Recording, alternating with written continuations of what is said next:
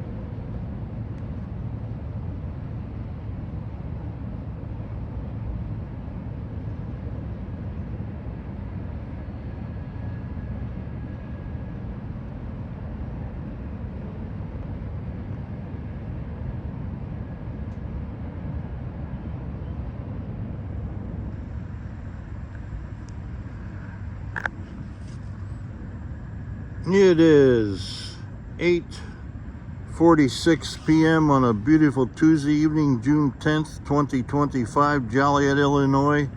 We just saw Iowa Interstate Freight symbol BICB, Blue Island, Illinois, to Council Bluffs, Iowa. The locomotive was a General Electric ES44AC, 4,400 horsepower AC traction motors.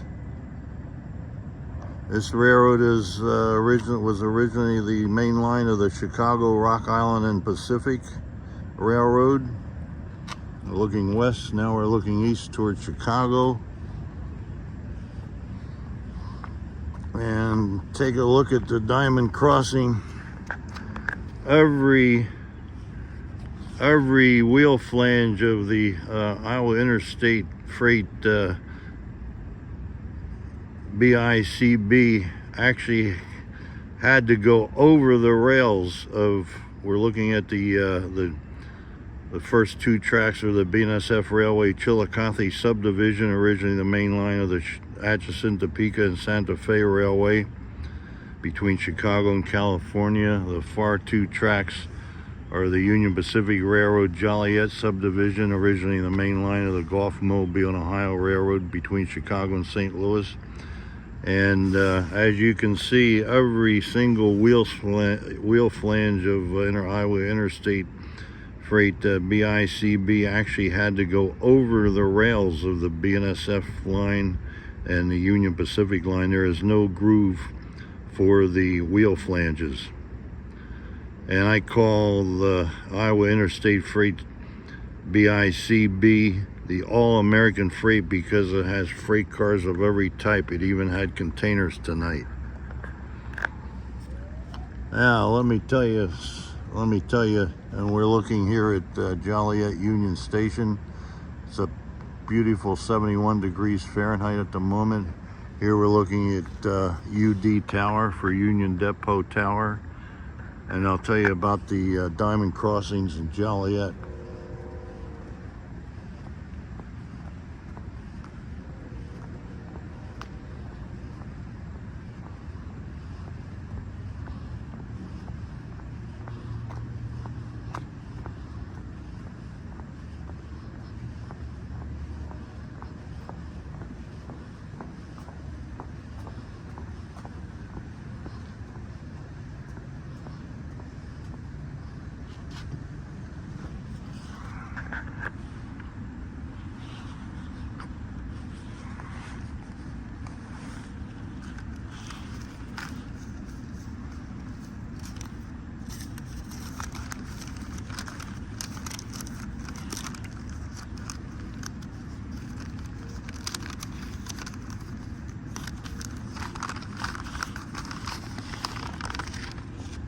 The population of Joliet, Illinois here is 150,362. Joliet Union Station to the right here was opened in 1912, closed in 2014. It's owned by the city of Joliet. The architecture is Beaux Arts style. The architect was Chicago-based Jarvis Hunt, who also designed Kansas City Union Station. It was listed on the National Register of Historic Places in 1978 in recognition of its architecture, replaced by the Joliet Transportation Center in 2018. That's over here in the distance, used by Amtrak trains and Metro Heritage Corridor commuter trains from Chicago Union to and from Chicago Union Station. And UD Tower, Union Depot Tower, was built in 1913. Now it's a Joliet Railroad Museum, open 10 a.m. to 2:30 p.m. Fridays, Saturdays, and Sundays. Did I mention Iowa Interstate Freight BICB, Blue Island, Council Bluffs had one General Electric ES44AC diesel electric locomotive, 4,400 horsepower. For the 44 is 4,400 horsepower AC traction motors. Now a little bit about those diamond crossings we looked at, where every wheel flange of the freight had to go over the rails of the, not through grooves, but actually over the rails of the BNSF Railway line tracks and the Union Pacific Railroad tracks. These diamond crossings are called OWLS diamond crossings. That stands for one-way, low speed. The higher traffic lines, the Union Pacific Railroad Joliet Subdivision and the BNSF Railway Chillicothe Subdivision, cross the diamonds on a normal rail surface, a normal tread-bearing mode, and the lower traffic line, the former Rock Island main line that we saw Iowa Interstate train